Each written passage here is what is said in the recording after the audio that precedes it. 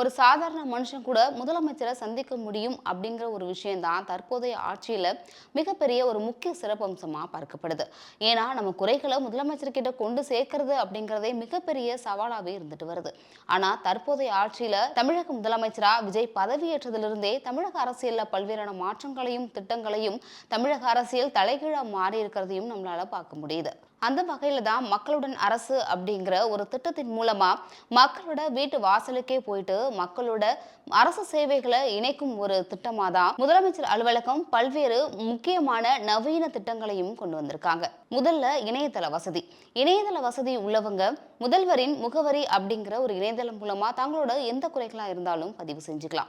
அடுத்து CM helpline dot TNNEGA.org அப்படிங்கிற இணையதளம் மூலமாகவும் ஸ்மார்ட் போன் உள்ளவங்க சிஎம் ஹெல்ப்லைன் சிட்டிசன் அப்படிங்கிற சமூக வலைதளம் பக்கத்தின் அதாவது அந்த ஆப் மூலமாகவும் உங்களோட குறைகளை பதிவு செஞ்சுக்கலாம். இது முழுக்க முழுக்க மக்களுக்காகவே தொடங்கப்பட்ட ஒரு டிஜிட்டல் சேவை தளம். ஒருவேளை இணையத்தை பயன்படுத்த தெரியல இல்ல இணையதள வசதியே இல்லை அப்படிங்கிறவங்க 1100 அப்படிங்கிற ஒரு டோல் ஃப்ரீ நம்பருக்கு கால் பண்ணி உங்களோட குறைகளை வாய்ஸ் மெசேஜ் மூலமா நீங்க பதிவு செஞ்சுக்கலாம். இந்த அரசு சேவை பாத்தீங்க அப்படின்னா அரசு விடுமுறைகள் உட்பட காலையில 7 மணியிலிருந்து இரவு 10 மணி வரைக்கும் இந்த இணையதள வசதி எப்போதுமே உங்களுக்கு அவைலபிளா இருக்கும். 25672345 அப்படிங்கிற நம்பருக்கும் கால் பண்ணியும் உங்க குறைகளை பதிவு செஞ்சுக்கலாம்.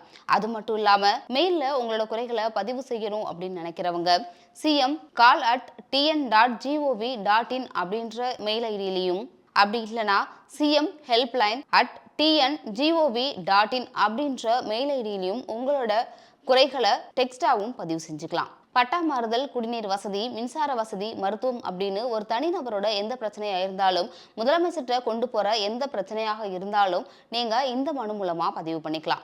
மேலும் நீங்க பதிவு செய்யற இந்த மனு உரிய அதிகாரிகளுக்கு கொண்டு செல்லப்படும்.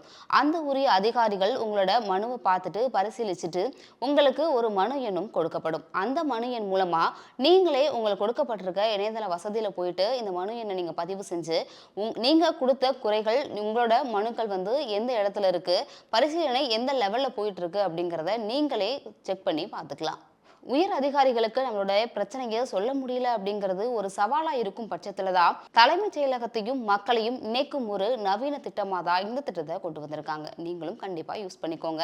இந்த திட்டத்தை பத்தியும் இந்த முதலமைச்சரோட சேவையை பத்தியும் உங்களோட கருத்து என்ன அப்படிங்கறத கமெண்ட்ல சொல்லுங்க.